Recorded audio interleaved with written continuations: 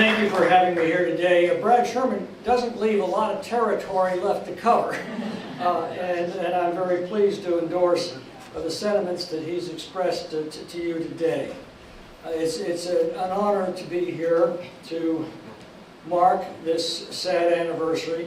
You know, when I think the history of our era is written, one of the more disturbing events will be the subjugation of Artsakh, all but unnoticed by the civilized nations of the world. And while the Russian invasion of Ukraine, the Hamas invasion of Israel occupied the attention of world leaders, Artsakh quietly succumbed to strangulation by forces directed and controlled by Azerbaijan. We were aware of what was happening, but preoccupied by all of those other conflicts.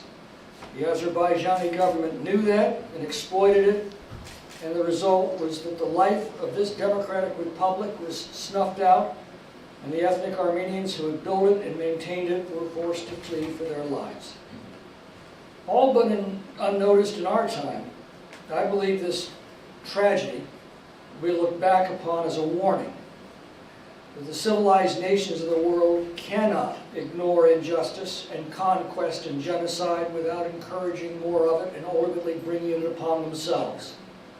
I think all of us in the United States government, all of us in Congress, will look back with regret that we focused our attention elsewhere as this tragedy unfolded. This is not the first time such a thing has happened. In the 1930s, the world powers abandoned Poland, distracted and seduced by the realpolitik of its time. Churchill spoke of this in 1939 with these words. He said, "Poland has been again overrun by two of the great powers which held her in bondage for 150 years, but were unable to quench the spirit of the Polish nation.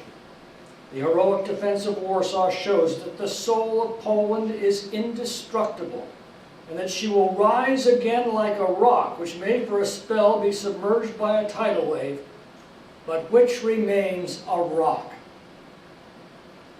I pray and I believe that will be true of the Republic of Artsakh, and that as events unfold, justice will someday be visited upon this region, both to succor the victims and to punish the guilty, and that like Poland before it, Artsakh will be restored to the community of free and civilized nations of the world.